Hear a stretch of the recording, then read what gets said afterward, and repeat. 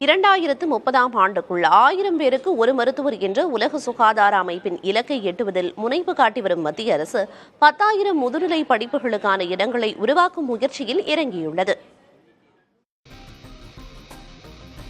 தற்போது நமது நாட்டில் 13.86 லட்சம் மருத்துவர்கள் உள்ளனர். மக்கள் தொகை கணக்கெடுப்பின்படி தற்போது 1263 பேருக்கு ஒரு மருத்துவர் உள்ளார்.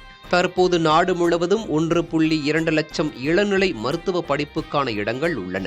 அதேபோல் முதுநிலை மருத்துவ படிப்புகளுக்கான இடங்களையும் உயர்த்துவது என மத்திய அரசால் முடிவு செய்யப்பட்டுள்ளது. 2030ஆம் ஆண்டுக்குள் 1000 பேருக்கு ஒரு மருத்துவர் என்ற உலக சுகாதார அமைப்பின் இலக்கை எட்டுவதில் இந்திய அரசு முனைப்பு காட்டி வருகிறது. இது தொடர்பாக மத்திய அரசு தாக்கல் செய்த பொருளாதார ஆய்வறிக்கையிலும் சுட்டிக்காட்டப்பட்டுள்ளது. வரும் நிதியாண்டில் மருத்துவ படிப்புகளுக்கு கூடுதலாக 10,000 இடங்கள் உருவாக்கப்படும் என்று மத்திய நிதியமைச்சர் நிர்மலா சீதாராமன் தாக்கல் செய்த பட்ஜெட்டில் தெரிவித்துள்ளார். புதிய மருத்துவ படிப்புகளுக்கான இடங்களை அதிகரிப்பதன் மூலம் 1000 பேருக்கு ஒரு மருத்துவர் என்ற நிலையை 2030க்குள் எட்ட முடியும் என்று மத்திய அரசு தெரிவிக்கிறது. உண்மையிலேயே ஒரு நல்ல திட்டம்.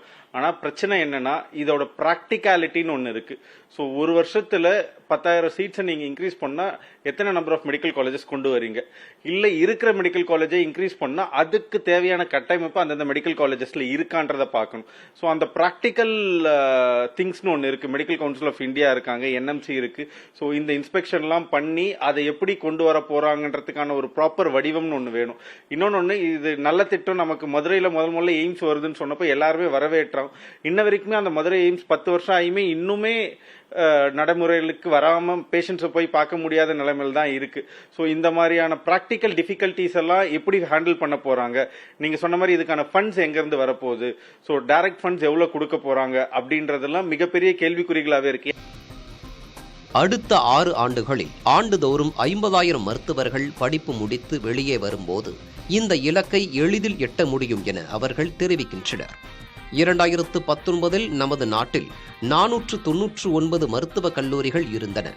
இது 2023இல் 648ஆக உயர்ந்தது.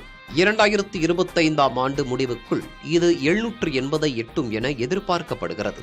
புதிய தலைமுறைக்காக ஒளிப்பதிவாளர் கிருஷ்ணமூர்த்தியுடன் செய்தியாளர் விக்னேஷ் முத்து.